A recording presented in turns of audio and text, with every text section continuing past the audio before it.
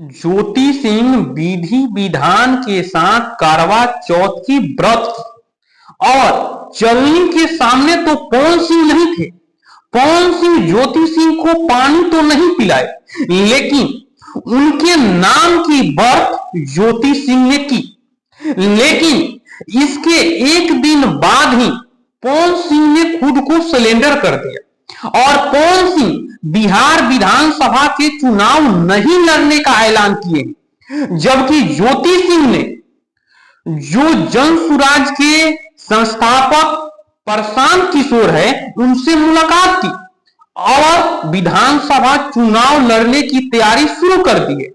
भले ही कैमरा के सामने ज्योति सिंह हो या प्रशांत किशोर हो ये कबूल नहीं किए कि ये जो मुलाकात है ये चुनावी मुलाकात है, लेकिन चुनाव का समय है, चुनाव का डेट आ गया है और इस समय ज्योति सिंह और प्रशांत किशोर का मिलना ये एक चुनावी सियासी ड्रामा नहीं हो सकता है, दूसरा कोई नहीं। और ज्योति सिंह को जनसुराज यूज करने की तैयारी कर रहा है। इसके मद्देनजर रखते हुए पवन सिंह ने अपने आप को सरेंडर कर दिया है। उन्होंने कहा कि मैं बीजेपी के सिपाही हूं और मैं बिहार विधानसभा का चुनाव नहीं लड़ूंगा।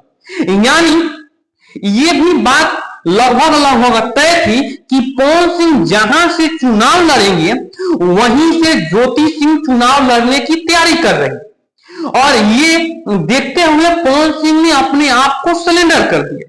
ज्योति सिंह का पक्ष सुने या पवन सिंह का पक्ष सुने, दोनों का बात सही लगता है, दोनों अपने अपने जगह पर सही है, लेकिन सच्चाई क्या है ये अभी तक किसी को मालूम नहीं चला है। अगर आप ज्योति सिंह का प्रेस कॉन्फ्रेंस देखिएगा या पवन सिंह का प्रेस कॉन्फ्रेंस देखिएगा, दोनों की बात सच्चाई है, लेकिन सबसे बड़ा सच्चाई ये है कि अगर कोर्ट में मामला है और आप लोकसभा के चुनाव लड़ रहे हैं, उस समय भी आपको ज्योति सिंह की यूज नहीं करनी चाहिए। ज्योति सिंह अगर कहती है कि हम आ रहे हैं चुनाव प्रचार में, आपको मना कर देना चाहिए, लेकिन उस समय आप यूज कर ली, आप सिंदूर उनके मांग में लगा लिए कि हम दोबारा शादी कर ली और उसके एक महीने बाद दोनों अलग अलग हो जाते हैं। और फिर जब विधानसभा का चुनाव आते हैं तो ज्योति सिंह कहती है कि हमारे पति के प्यार जग उठा है। यानी दोनों की बात लगभग समझ में किसी को नहीं आ रही और इसीलिए पवन सिंह ने सरेंडर कर दिया है।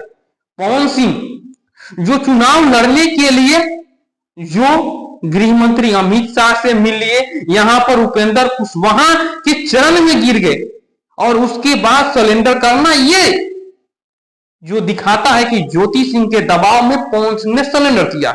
जी हां दोस्तों, ये मेरा वीडियो कैसा लगा कमेंट बॉक्स में अपनी राय रख सकते हैं।